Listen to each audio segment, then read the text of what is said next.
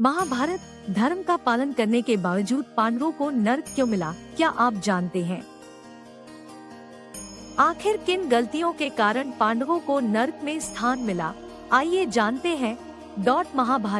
महाभारत युद्ध में एक तरफ जहां धर्म का पालन करने वाले पांडव थे तो वहीं दूसरी ओर अधर्म की राह पर चलने वाला दुर्योधन खड़ा था। महाभारत के युद्ध में पांडवों ने कौरवों को परास्त कर दिया था, लेकिन क्या आप जानते हैं मृत्यु के पश्चात पांडवों को नर्क में स्थान मिला और दुर्योधन स्वर्गलोक को गया। पांडवों में सिर्फ युधिष्ठिर ही थे जिन्हें स्वर्ग प्राप्त हुआ था।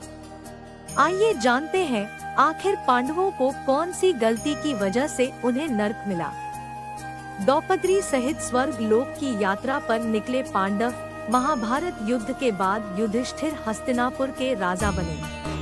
36 साल तक पांडवों ने राजपाट संभाला, लेकिन यदुवंशियों के नाश और श्री कृष्ण की मृत्यु की बात जानकर द्रौपदी सहित पांडवों ने सशरीर स्वर्ग की यात्रा पर जाने का निर्णय लिया।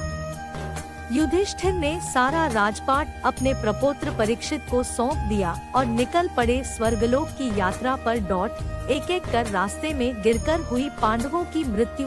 महाभारत की कथा अनुसार पांचों पांडव, द्रौपदी और एक कुत्ता भी उनकी स्वर्ग यात्रा में चल रहा था, लेकिन दुर्भाग्यपूर्ण तरीके से रास्ते में वे द्रौपदी और पांडव एक एक कर गिरते गए और उनकी मौत हो गई।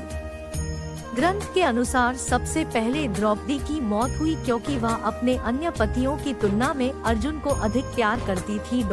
इन कारणों से पांडवों को मिला नर्क। थोड़ी देर बाद सहदेव भी गिर पड़े। तब भीम ने पूछा, सहदेव क्यों गिरा? युधिष्ठिर ने कहा, सहदेव बुद्धि पर काफी घमंड था।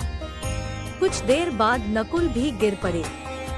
तब युधिष्ठिर बोले, नकुल को अपने रूप पर बहुत अभिमान था, इसलिए आज इसकी यह गति हुई है। इसी तरह अर्जुन अपने पराक्रम के अभिमान के कारण गिर पड़े और उनकी मृत्यु हो गई। युधिष्ठिर सहशरीर स्वर्गलोक को गए। भीम भी रास्ते में गिर पड़े।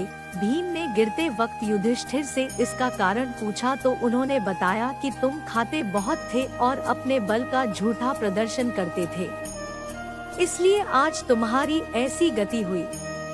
अंत में युधिष्ठिर के लिए स्वर्ग के द्वार खुल गए, लेकिन उनके साथ कुत्ता भी था जिसे वह स्वर्ग साथ ले जाना चाहते थे। इंद्र इसके लिए राजी नहीं हुए, वहीं युधिष्ठिर भी अपनी बात पर अड़े रहे।